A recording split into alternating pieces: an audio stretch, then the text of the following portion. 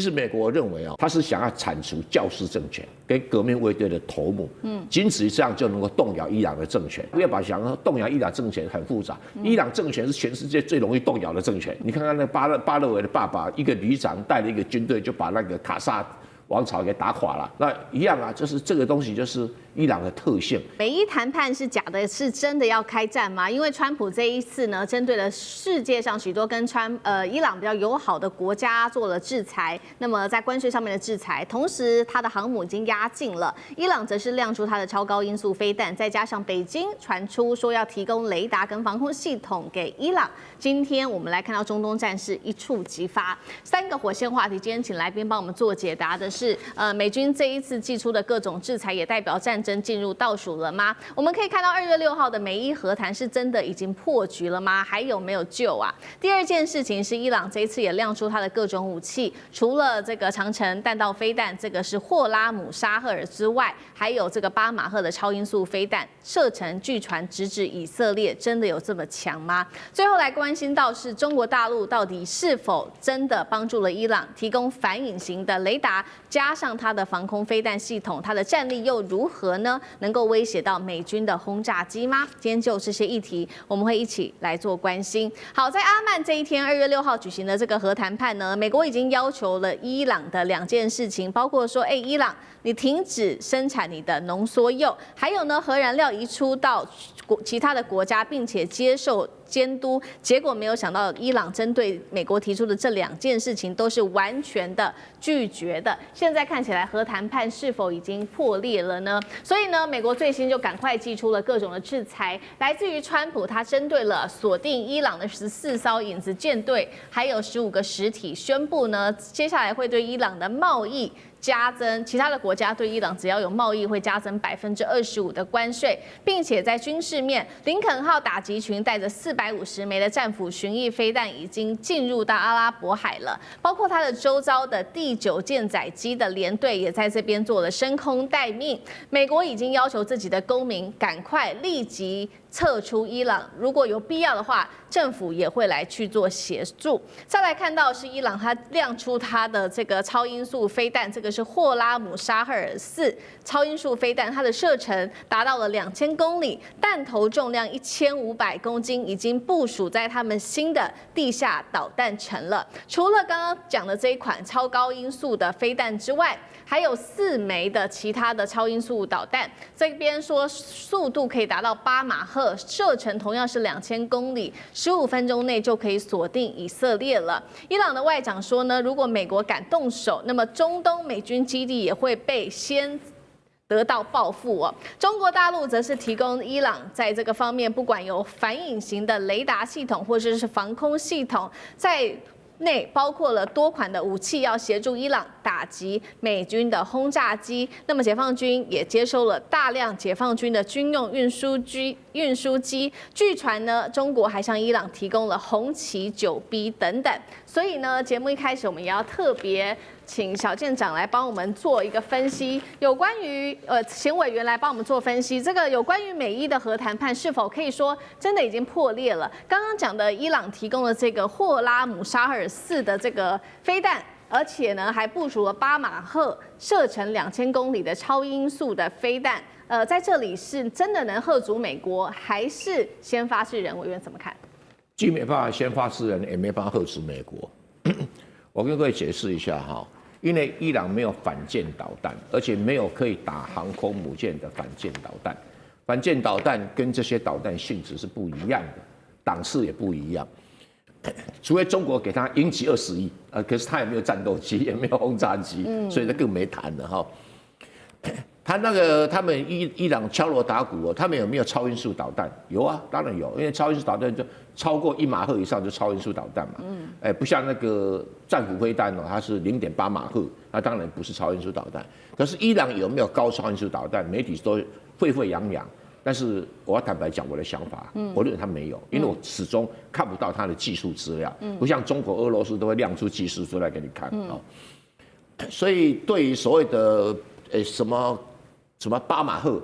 他们讲的都是终端速度8马赫，哪来的那个导弹到终端速度都要随便都超过5马赫嘛，没什么了不起的。重点是在中间的飞行速度有没有超过5马赫？因为中间是最容易被拦截的。因为飞弹初升段没有人会拦截你，中升段很难拦截，所以大部分拦截都是在中段。那拦截在中段。像我们爱国者飞弹是拦截是在中段，是在最后。最中段拦截，所以有时候效果不会特别好。是，那你这个中段拦截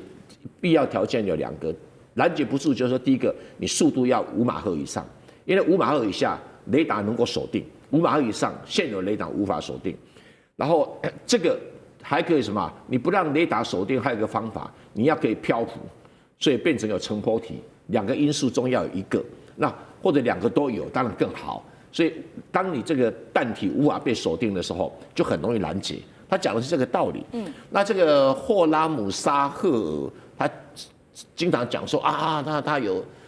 射程2000公里，射程2000公里没什么了不得啊，就是中程弹道导弹。然后这个超音速也没什么了，但是他到了没有办法拦截的地步，那我觉得稍微夸张了一点。因为目前我所知道的，只有中国跟俄罗斯有高超音速导弹，其他国家没有，看不出来其他国家有啊。那胡塞组织那纯吹牛的啦。那再来看看这个射程打以色列，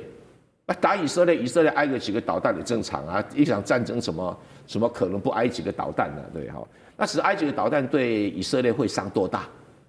我认为是以色列承受得起哈，承受得起。不至于说被打以后就瘫痪了，不至于哈，不至于像乌克兰这么菜不会啦。从军事观点来讲是这样看。但是这个现在就是说，美国要怎么打伊朗？第一个不会登陆部队，第二个会采取贝尔格勒大轰炸的模式。可是这种大轰炸的模式有个先决条件，弹量要够。它以目前所谓的450枚战斧巡弋导弹不够，要加倍，一定要加倍，要加倍。那加倍的话，就要有另外一艘航空母舰打集群来。那现在据了解，小布希号好像在赶来当中，但是还没有确定这样的一个说法。那整个战略目标，就说我这场战争，美国到底在想什么？其实美国认为他是想要铲除教士政权跟革命卫队的头目，仅此于这样就能够动摇伊朗的政权。大家不要把想要动摇伊朗政权很复杂，伊朗政权是全世界最容易动摇的政权。你看看那巴勒维的爸爸，一个旅长带了一个军队就把那个卡萨王朝给打垮了。那一样就是这个东西就是伊朗的特性，因为伊朗一向是少数民族政权，就像满族统治中国，那汉族大多数，如果汉族不理你满族，你满族就垮台了。现在伊朗也有类似的情形，所以他如何精准的，第一个弹量要够，大轰炸量要够，第二个就是说情报要准，到底这些人住在哪里？他并没有要灭伊朗，也没有把伊朗什么能源设施打烂掉，那倒没有，打会打，那不会打烂掉。那他开这个条件呢？他当然是在勒索伊朗，伊朗怎么可能答应嘞？不止如此，他还要什么把他的弹道导弹？当然有人讲说，伊朗现在有什么多少个几百公里的地下弹道导弹，平常讲那个都不太管用了。为什么不太管用？因为美国都知道弹从哪里出来啊。弹道导弹最麻烦的，除非像土地像中国够大，一拉5000公里，伊朗怎么可能地下5000公里的这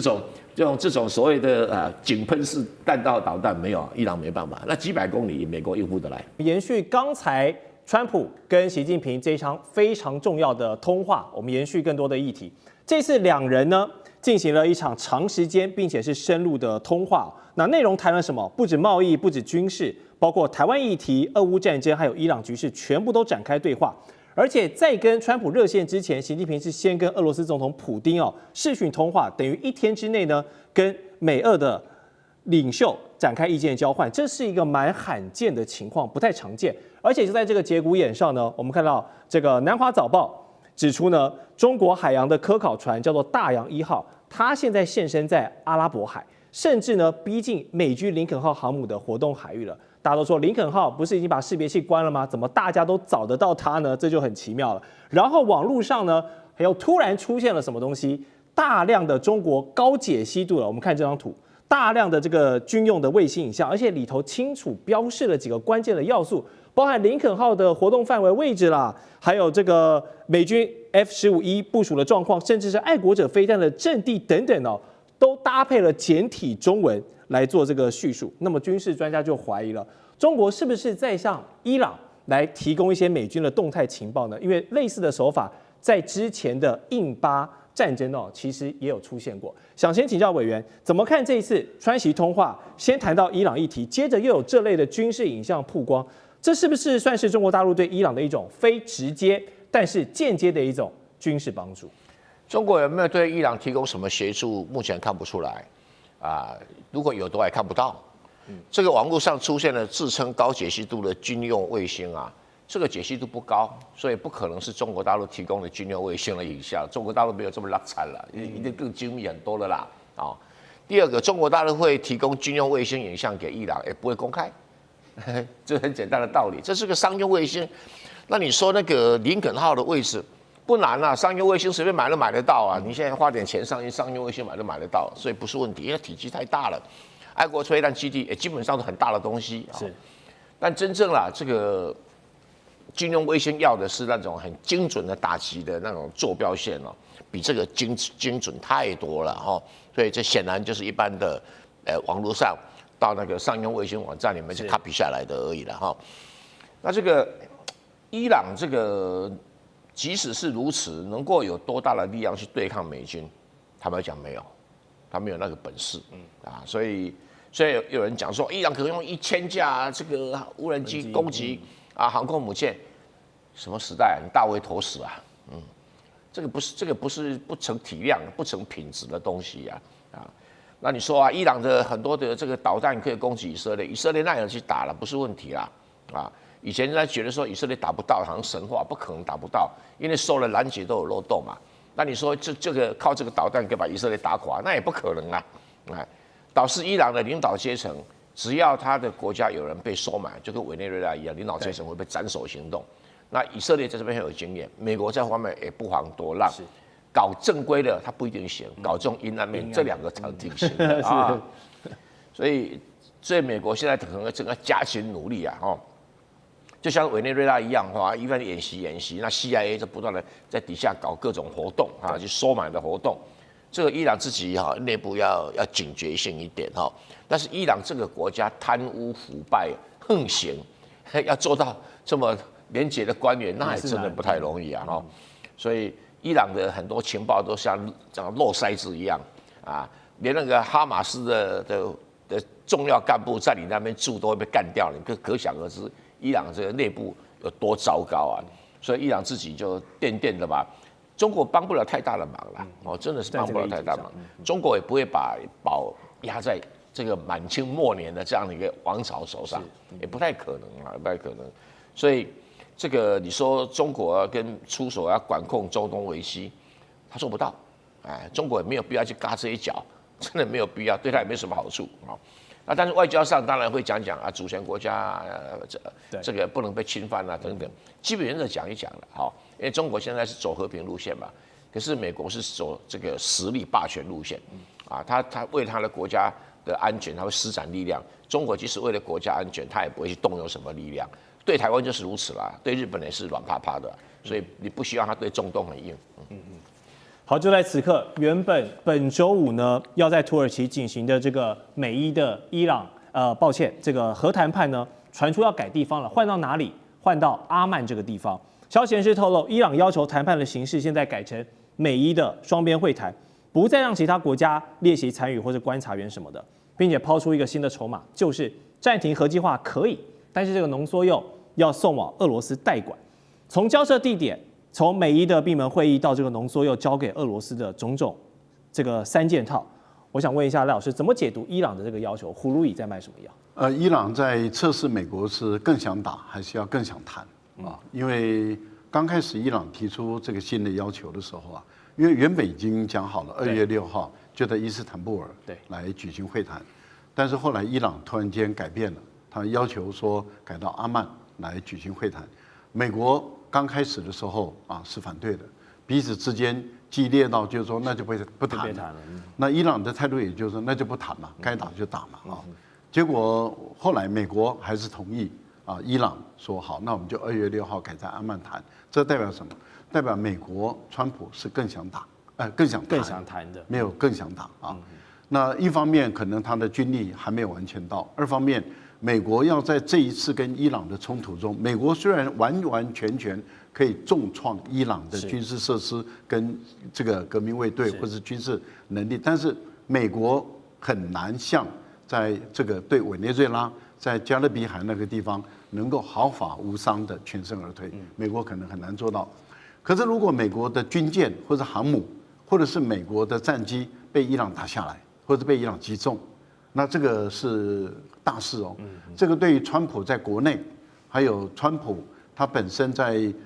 这个年底的期中选举是绝对不利的影响。特别是如果这个画面显露出来，例如说他的船、他的军舰被打了一个大洞，他的航母的战机被打掉几架，或者人员的伤亡，那这个对于美国来讲是一件大事。我们在强调，他可以把伊朗做非常严重的摧毁啊，但是问题就在于他能不能像在对于马杜罗的那个行动毫发无伤，这个真的是很困难。好，那我们看到伊朗这一次的态度改变了，而且很强硬。第一个，伊斯坦布尔、土耳其跟伊朗的关系并没有那么好。那对于伊朗来讲，他宁可选择一个更中立的，就阿曼，所以这个对于伊朗来讲，在谈判的地点上对他是有利的。第二个，原本的谈判是1对1，然后就是2方谈判，对，还有一个就是3方谈判，另外一个就是多方谈判，要进行这3种形式。那2方谈判就是美伊的谈判，是3方谈判就是土耳其当作主持人、东道主来主持两边的谈判，还有一个多方谈判就是包括埃及、卡达。巴基斯坦，还有阿联酋、沙特阿拉伯等石油国这6个国家都来，而包括巴基斯坦，巴基斯坦跟伊朗的关系也并不和睦哦。那这些多方谈判里面，对于伊朗都处于比较不利的地步，所以对于伊朗来说的话，他要求的就是我跟你美国自己谈，单独对谈，那就其他的不用参加了。是，那美国也同意了。好，接着就是议题了。本来美国设定4个议题，一个是浓缩铀的议题，一个是核能。一个是那个核武发展的议题，一个就是有关于它的中程导弹的问题，另外一个就是资助其他的盟邦，例如说包括真主党或者胡塞组织的问题。本来要谈4个议题，伊朗说只肯跟你谈1个议题，那就是浓缩铀的问题。所以美国也同意了。那这代表什么？代表也就是说，伊朗在初步他在谈判的过程里面，他略占上风。那当然，之后的演变要看他们彼此之间在角力的过程中又会发生什么事，也要看美国的军方的力量是不是越来越多的已经赶到了这个地方，要对伊朗形成极限的一个施压这个也要看。最后一个浓缩铀的处理，俄国的态度是开放的，俄国说我可以接受伊朗的浓缩铀，但是这个浓缩铀是伊朗的，所以伊朗有权完完全全由他来处理，他什么时候要我交回，我就什么交回。如果这个协议被撕毁，那伊朗跟我要求，我就会回去。这个协议就很像奥巴马时代的6+1的核协议，当初也是提交给俄罗斯做保管。是。好，我们再来看到是美国的 Axios 新闻网，他们指出呢，川普其实对于这一次核谈判的一个态度呢是非常真诚的，而且川普包含很多的美国高官都一起帮忙背书，说川普他是真的不想攻打伊朗。那爆料呢，真正想发动攻击的其实是美国在中东的重要盟友以色列。那其实这也不是秘密了，因为以伊早就已经是积怨已久。媒体指出，纳坦雅胡向美方要求，在伊朗问题上可以允许以色列自由行动的这个权限。那如果从军事角度来看，现在美伊开战的几率是不是正在下降？那如果激不起美国这位大哥来率先出手来出头的话，以色列又按耐不住的话，那选择先行攻击伊朗，在没有美军帮忙介入的情况下，他们能够挡住伊朗这一些密集的导弹、无人机的饱和攻击吗？还是摩萨德真的这么神通广大？之前的这个 BB 扣发动的进攻，我们都看到，还是可以把这个摩萨德已经渗透到打击伊朗这个高价值目标都已经安排好了。将军怎么看？我们经常讲一句话哈，这个你在战场上面得不到的，你也不要想在谈判桌上面得到。是。那为什么伊朗这次谈判一开始的时候，他原来说要改到这个阿曼去美国原来不同意的，最后美国会同意？我觉得那当然在战场上面有这个美国已经先输了一筹这个从昨天我们看到这个伊朗的见证者139的这种无人机对着林肯号的航母飞过去，那当然最后是被林肯号航母起飞的 F-35战机将它击落。可是这后面代表的意义是不是这个伊朗已经很明确的知道你林肯号的位置？我这次是用无人机过去，那我下一次如果真的开战，我就可以用导弹过去了。所以美国是不是忌惮于说是伊朗已经侦测到，也可以掌握到它的战舰的位置所以它必须在谈判方面必须要让步。当然这一局来讲的话，我觉得最明显，以色列来讲就是希望把美国拖下水，来打这场仗因为伊朗其实对美国的威胁不大毕竟隔那么远的国家，但是它的威胁最大的是以色列从2件事情看得出来。去年6月份的时候，以伊的互相的这种空袭的作战，我们就看到，虽然说伊朗本身也被打得遍体鳞伤了可是它毕竟怎么样，它对以色列也造成相当大的伤害，尤其是说以色列的这种反导的拦截系统，到后半期战争后半期，它在拦截率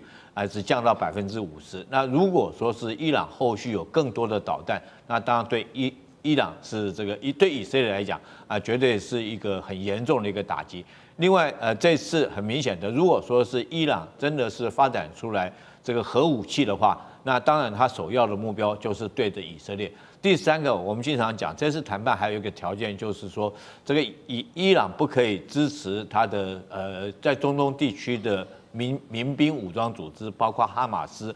包括到胡塞组织包括到黎巴嫩真主党。但是这些组织是对谁威胁最大？当然是对以色列威胁最大。那如果说是伊朗率头攻击的话，我们不敢说以色列可以获得全胜，可是最起码不死也半条命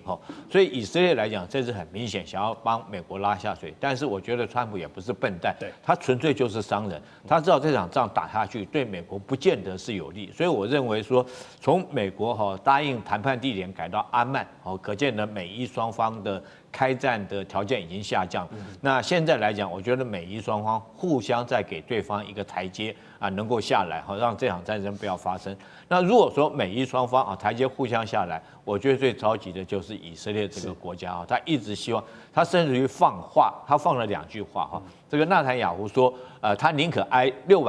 700枚的导弹攻击，他也要颠覆何梅尼这个政权。从这句话就知道他的决心。那第二个，他现在讲的话是说，如果你美国不打，我就带头打。可是我觉得以色列讲这种是空话了这个他如果说美国不带头打的话，以色列现在他没有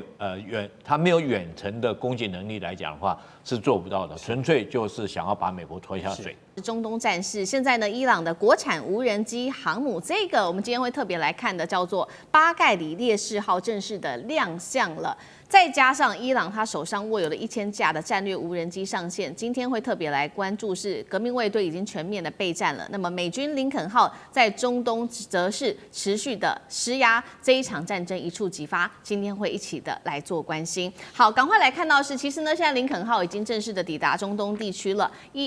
根据川普的说法，还有另一艘航母也即将很快就会抵达中东了。那伊朗则是呢，这一回在海上也祭出了它的新的航母，正式的亮相了。这个航母叫做巴盖里烈士号航母。那根据了解呢，它是由货轮所改造的这个航舰，具备滑跳起飞的甲板之外，我们可以看到这个画面同时它有倾斜的这个飞行跑道。根据了解呢，内部还有一些小型的医院，甚至是健身房跟体育馆等等，所以这个涵盖的面积其实非常大的。看一下它的小档案，长度240公尺，高21公尺，最多其实可以在上面部署60架的无人机跟30具的飞弹发射架，可以具备直升机的作战跟电战的能力。同时呢，我们也有看到刚刚提到的内部也非常的大，那可以配备的包括了地对地的巡弋飞弹之外，单独的作战平台也可以部署反舰飞弹，可以打击最远达到2000公里的一个目标。现在做了一个初步的推估，伊朗可能会想要用它的这个航母，也就是无人机航母，以自杀攻击的方式来攻击美国的林肯号航母。这个对决，等一下我们会一起的来做关注。伊朗除了有拿出它的航母之外，我们看到它同时也准备了1000架的战略无人机，正式的已经编列了作战的序列里面去，成为核心的打击力量，将是靠无人机哦。外媒这边也特别点出了，现在伊朗呢，他手上还握有8架的见证者无人机，日产量甚至达到400架，而且重点来了。还有俄罗斯在当中帮助提升它的产能。刚刚说到了俄罗斯的角色，除了帮助在无人机的生产之外，还有寄出了米格29武装直升机。现在根据了解，已经现身在伊朗的境内了。那么伊朗现在也说呢，他要掌握荷姆兹海峡，也就是接下来我们可以看到，在2月份，2月1号到2月2号这2天。他会在荷姆兹海峡这边正式的举行实弹的军演，这个海峡将会被很快的控制住。伊朗的政府专机也从德黑兰被拍到直奔莫斯科的一个航道，是否代表说最高领袖哈米尼接下来会逃往俄罗斯呢？这样子的议题我们会持续的来做关注。那么来看到美国方面又做了什么样子的准备呢？在各个武器逐渐到位，我们看到除了林肯号抵达中东之外，自己的官员也证实了，1艘驱逐舰也到位了。美媒披露，现在川普正在评估对伊朗即将发动新的重大军事打击。那么已经在中东部署的武器，我们做一个统整，包括了10艘的军舰跟6艘的驱逐舰。节目一开始，我们邀请厉将军来带我们看，这个是国产的伊朗自己的这一个航母，真能对美军的航母造成实质威胁吗？如果说无人机蜂群真的正式的出手，接下来林肯号有没有办法防得住？将军怎么看？我觉得这艘这个用货船改造的无人机航母哈，如果真的是跟美国对峙来讲的话，可能撑不了30分钟就会被击沉了。那当然，伊朗我们看得出来，他一直想要所谓的这个采取一种不对称的作战哈，这个积极用它最强项的无人机。可是我觉得你用在这货轮改装上面，你知道我们很简单一个数据嘛，美军的这种鱼叉飞弹射程就300公里哈，虽然说你的反舰飞弹号称可以打到200公里那么远哈，到底可不可以，我们还是一个疑问。可是这个美军虽然说它的鱼叉飞弹300公里，可是它可以用空射型的哈。这个如果说美军用空射型的，它舰载机哦，这个 F-18战机带着这种空射型，那在2000公里之外击落你命中你这一艘这个无人机航母，事实上是轻而易举。另外，美军的鱼叉型也可以用潜舰来发射。那一艘航母通常来讲的话，你必须有很多，你除了攻击的武器之外，你还有自卫的武器。我们看到任何一艘军舰上面，基本上都有防空的或者反导弹的飞弹部署在船上面。那要不然最起码你近迫防御系统也要有。这个美军的是方阵快炮，那解放军的是1130快炮。那如果说这条船上面这些东西都没有，那很容易被击落。第二个来讲的话，这美军要侦获到你也是非常容易的。这个以美军现在不要说是太空卫星了，它如果说船上或者是飞机上的电子战的雷达来讲的话，要在这个波斯湾上面侦获到你这条船事实上我觉得并不是很难的事情，你很快就会被侦获到。那第三个，你这条船上面到底有没有反电子的装备？如果你连这些装备都没有，那一个这个美军，譬如说是航母上面的咆哮者战机过来的话，可能就将你所有电子系统全部干扰到。当然，我觉得伊朗这也是没办法中的没办法说想用这种办法，可是这个确实很不切实际，只是流于政治宣传为主。那目前来讲，据我了解的，到今天下午最新的一个讯息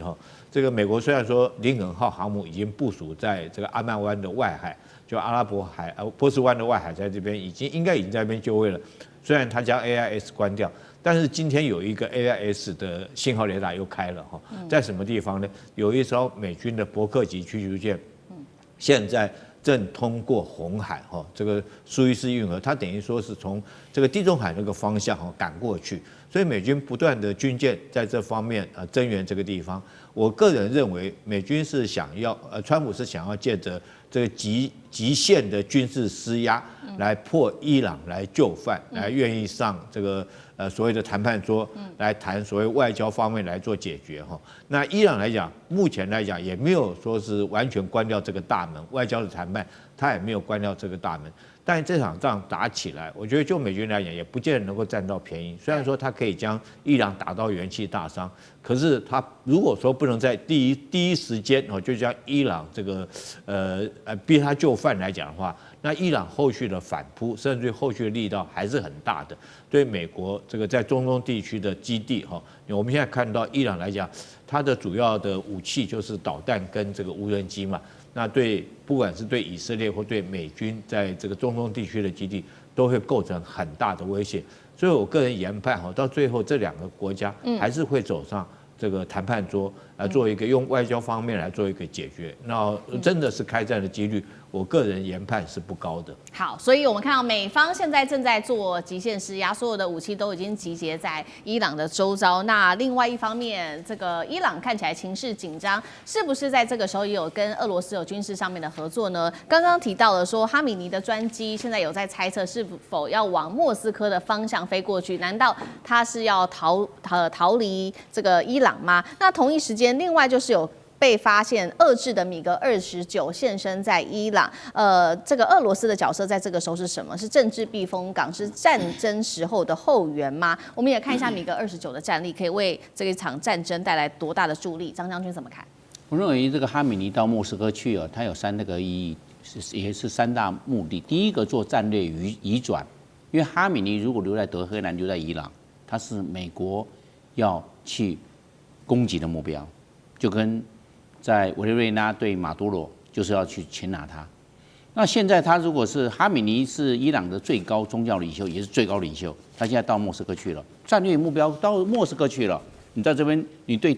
美国对德黑兰还能够有这一方面的要去狙杀哈米尼，用一个外科手术式的斩首战吗？没有啦，你的目标已经跑到莫斯科去了。在莫斯科来讲是相对安全的，这是一个战略移转，因为哈米尼在哪里都会洞见观瞻，被以色列的摩萨德的情报组织，或者是美国的 CIA 中情局掌握，那就是讲的轰炸幕，就是那个地方，因为这个很容易被掌握嘛，因为他这个想要去隐蔽，躲在哪里？躲在指挥所，躲在地下洞穴，或者躲在碉堡里面，很容易被掌握，那就是被攻击目标。那他离开了，你怎么攻击？他人不在那个地方，所以这是一个非常重要的战略移转到安全的处所。第二个，实施战略沟通跟战略协调，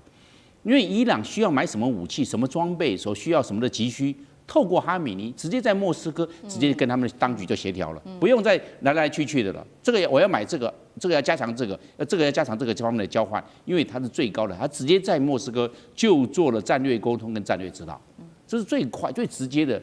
最高领袖在这个地方嘛，很容易就可以达成他的战略沟通的这一方面的目标。我们第3个就是一个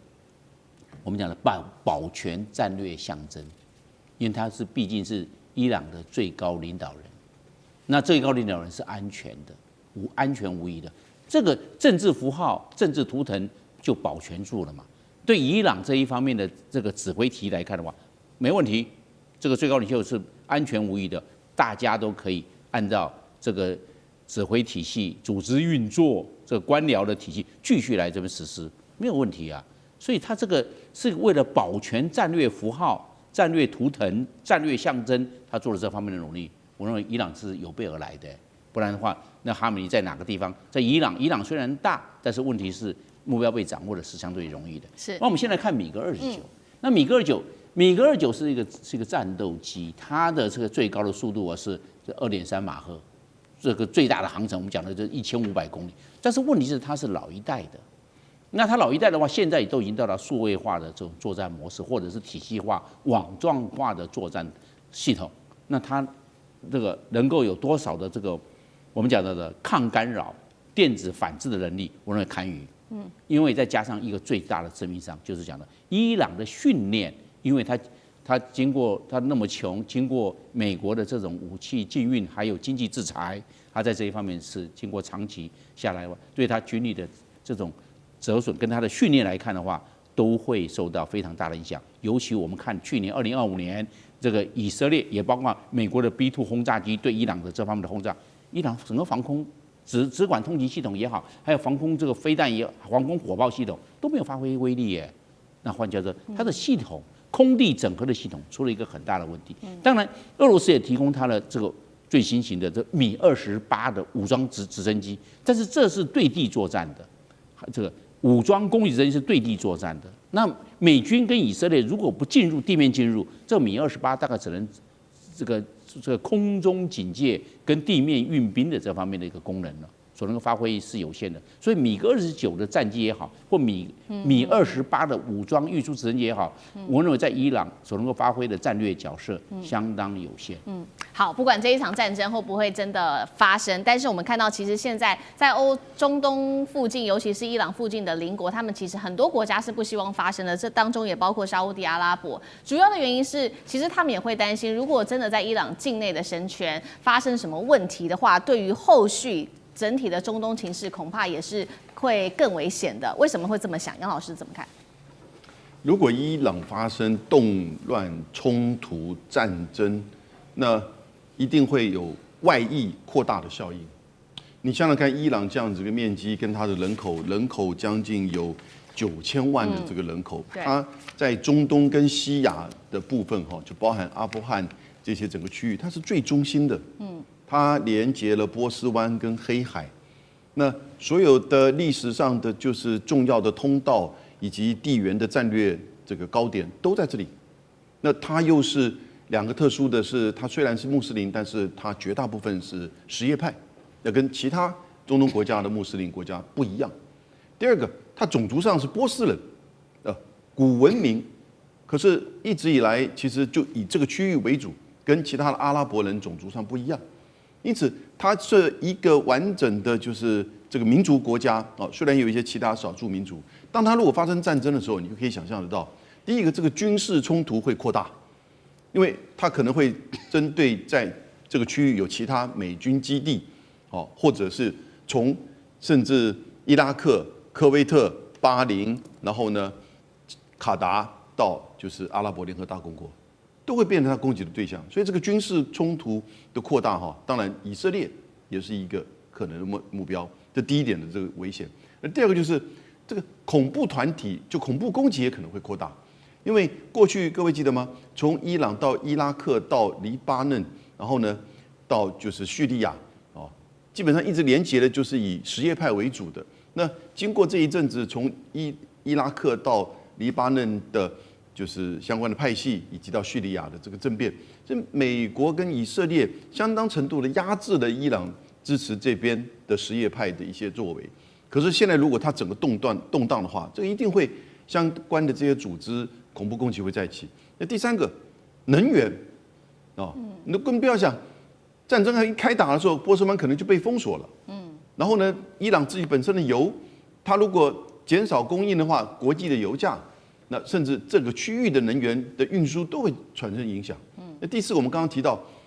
它有9000万的人口，你产生的难民的冲击也是难以想象的。它其实整个过去20年，整个中东跟西亚地区的这些冲突，从美国打阿富汗到伊拉克，全球的难民都在增加。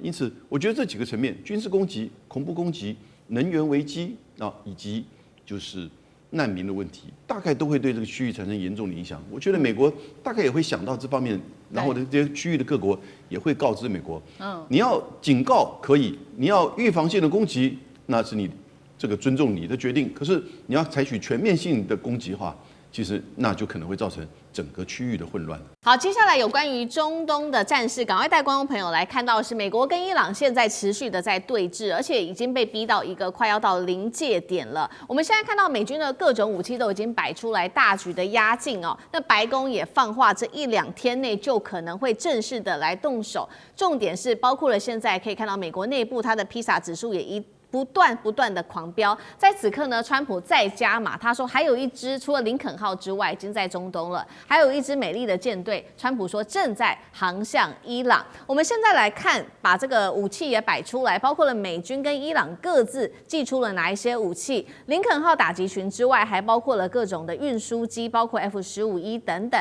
还有 F-16等战机都已经摆出来了。再来就是 B-2轰炸机这一系列，美军现在蓄势待发。伊朗，我们赶快来看到，除了这个弹道还有防空飞弹2000枚之外，年产能更是可以达到3000枚的飞弹，还有各种的飞弹都已经寄出来，无人机、无人艇，甚至是这个狼群快艇会做饱和攻击，还有它的智能化的全监控的系统，全部都已经摆出来了。节目一开始，赶快请教委员怎么看了？传出美国说的哦，在中东的事情，他们可能1-2天内就会动手，再加上披萨指数不断的狂飙，已经进入开战倒数了吗？第2艘航母，川普说的美丽的舰队是否也很快即将到达中东？委员怎么看？美国要这个时候攻打伊朗，这个几乎是美国最好的时机。如果闪过这个时机，机会也不大，因为现在是伊朗最脆弱的时候。它的通货膨胀啊，它的货币贬值，它的物价高涨，使得老百姓对于整个哈梅尼政权失去了信心。虽然哈梅尼政权使用革命卫队，用最残酷的方法杀害老百姓，然后来稳固政权，但是这个比清朝末年更糟糕，因为他经济问题没办法解决，老百姓过不下去。今天起义被你压制了，隔2天再起义，你看永远压制不完。所以这个政权是已经到了最脆弱的时候。那再加上他的民选政府跟他教士集团跟革命卫队，基本上是互不信任啊，已经到了很严重的地步了。所以这个时候，美国要打击伊朗，它基本上不是去占领领土，它基本上的目的就是要以斩首行动来除掉教士集团的头目，大概有30个，那除掉革命卫队的头目大概有50个，再加上有10个导弹机的弹药库，总共加起来大概90个目标。要除掉这个90个目标，1艘航空母舰不够了啊，要至少要2艘以上。那现在会开战，也要等到2艘齐备，在演习训练一段时间，跟委内瑞拉一样，委内瑞拉那个菜的国家，他都布阵演习了好几个月，所以他可能会演习一段时间，让这些飞行员熟悉领空的控制、防空导弹的运作哈。再来就是说，情报到底收集好了没有？委内瑞拉当时在维也的时候也是在收集情报，哪一些人可以收买，哪一些人必须打击，哪一些人必须背革，这个情报要先做好。那但是对伊朗来讲，不只要做这个工作，还要了解到他要打击的90个对象到底精准位置在哪里。简单，哈梅尼到底藏身在哪里？如果哈梅尼藏身在地窖里面，我要用什么武器直接把他炸死在地窖？这个都是在规划参谋作业的运作。那如果情报不灵呢，他当然就不会开刀了。如果情报很灵，就像说马杜罗这个美国已经是连他的卫队的队长都收买了，他就很有信心，知道他人在哪里。那也知道说革命卫队会配合，不是他的守卫队会配合把他的古巴的警卫给干掉。那这个都部署好了以后，他当然就出击了。那现在这个川普就是重施故技。所以部署这些飞机、这些导弹，当然伊朗也不是无下阿蒙了但是可是问题是以伊朗的实力要达成反击的能量，我个人认为差距太远了。所以伊朗说有多少导弹啊，或者东西，那个吹牛的成分比较多。他说蔡总你怎么说伊朗吹牛呢？他不是打击到以色列吗？是的，以色列是假设不被攻击为原则，可是他被攻击的时候，伊朗的精准度显示有问题的那对于美国的航空母舰会不会被攻击啊？对，那我们正在看看有史以来第4航空母舰被攻击会长了什么德性啊？是。那如果美国航空母舰被攻击的话，那东方某小岛人就要闭嘴了基本就闭嘴了因为连伊朗那么菜的导弹都能够打得到，那伊朗这么多吹牛，它有高超音速导弹绝对没有了。现在全世界战场上唯一出现的高超音速导弹只有俄罗斯的增速导弹，数据上被确认了。那伊朗绝对没有，为什么绝对没有？因为他没有固固态液体的燃料啊，它没有固态燃料，它怎么做出高超音速导弹？所以我觉得伊朗啊，可能还在加油。所以3000枚飞弹，都是地对地的，要打这个在海上目标，可能还有待检验。好，所以持续这个一样的问题，也请教将军。刚刚讲到说，有没有可能伊朗去打美国的航母？因为川普也说了嘛，现在除了林肯号之外，另外一艘航母也即将要抵达中东了。那么，包括伊朗的飞弹、无人机，如果进行饱和攻击的话，他会选择航母，还是可能会打美军基地或者以色列？如果打航母，当然这威慑力会比较高嘛。从2战之后就没有这样子的事情过。厉将军怎么看？我觉得这次川普很明显的哈，他只是想要借军事的压力哈，对伊朗来施压，逼着伊朗再回到这个谈判桌上面哈，谈2件事情。第一个就是他要求伊朗要这个解除他的核子浓缩铀的方面要解除掉哈。第二个来讲，要伊朗撤除他的导弹，因为这2样东西对以色列是最大的威胁哈。但是我觉得川普只是他会不会真的想动手？我觉得他就算他想动手，可能五角大厦那边会给他提供一个忠告，这时候动手不是很好的时机。我们从几件事情来分析。第一个，我们上次看到美国这个对伊朗动手啊，它是最少它都部署了双航母哦。那这次对于伊朗这种中等的强国，你现在只有1艘航母在那边林肯号，那川普在那边吹牛了。他说还有一支美丽的舰队，我特别去查了一下哈，这个美国的所有航母现在目前在部署中的有3艘哈，就是这个林肯号，另外还有华盛顿号哈，还有福特号，这都已经部署了，一个是在横须贺港，一个是在这个委内瑞拉那边哈，另外在作业中也就可以部署的只有2艘哈，这罗斯福号跟布希号，可是他们现在的位置分别在美国的东西两岸。太平洋跟这个大西洋，那如果说要过去是可以，可是最少以现在来讲的话，从这个不管从大西洋到达这个阿拉伯海哈，最少大概我认为最少10天以上的时间才到得了。另外有2艘是已经在部署完了以后，在阿兵哥在休假哈，那2艘是李米兹还有卡尔文森号，另外还有3艘哦是已经在大整修的，有3艘雷根号、杜鲁门上次在这个中东那边哈被炸的，我想大家都知道撞船的那个还被这个他飞机还掉到海里面，还有1艘是艾森豪威尔号，这都在整修之中。所以说美国能够动的航空母现在只有2艘，这2艘现在看起来好像还没有往这个中东地区运动。那第3个理由，我认为说是美国川普现在还不太可能动手，当然就是海湾国家不认同哦，包括沙特，包括阿联酋，他们很怕伊朗对他们油田来做攻击，他们倒不是不支援美国，而是他怕他的油田被攻击。如果伊朗猫起来打的话，哈，这个不分青红皂白，那他们为什么要这个遭受池鱼之殃？所以这2个国家他就不愿意美国借用他的，你们打你美国自己去打，但你不要用我的领空，不要用我的基地，以免我遭受伊朗的报复性打击。伊朗可能打美国打不赢，但是打我的油田那是绝对没有问题的。然后再来还有一个很重要的关键，我们看美军哈用兵这几次的用兵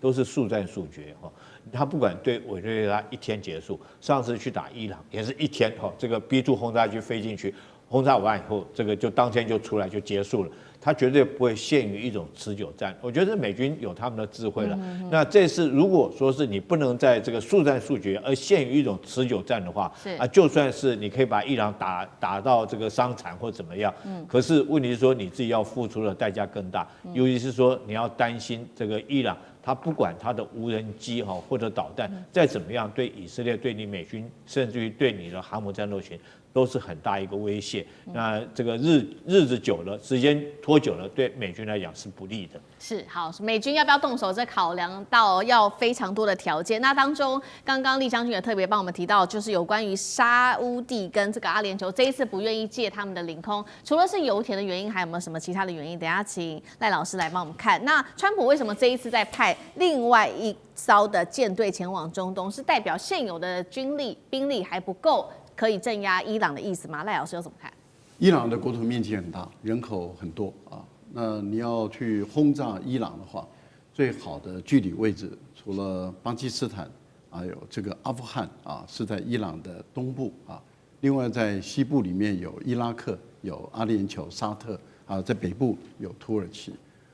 如果你要去轰炸这个德黑兰，你要去轰炸这个伊朗的重要的军事设施，那你当然要使用这些军事基地是最方便的。土耳其有美国的军事基地，但是土耳其这次已经很明白了，说不可以使用我的军事基地，我的领空也不开放。阿联酋跟沙特也做同样的一个表示啊。那现在只剩下一个卡达的军事基地，可是卡达它距离伊朗很近，伊朗的中程的弹道导弹是可以攻击摧毁到这个卡达的军事基地，所以在对美军来说的话，已经把卡达的空军的军事基地的眷属跟非必要人员已经撤离了，留下的就是战斗人员。但是对于美国来说，还是要维护这个最近的空军基地的安全，所以它的SAD系统跟这个有关于这个爱国者导弹都已经进来这个保护。可是问题就在于，那你要从哪些地方来去对于伊朗进行攻击？现在被局限在只剩下在阿曼湾这个地方，也就是在阿曼湾这个地方，也就是伊朗的西南部，这个对于伊朗境内进行攻击的话，一个航母战斗群就不够了。因为一个航母战斗群就是一个空军的联队，88架的战机左右，包括空中预警机、电战机。例如说，它有2款的 F-18，一个是咆哮还有另外一个。就是也是 F-18的强攻机，那另外当然它还有隐身战机在里面，可是这样还是不够，怎么办？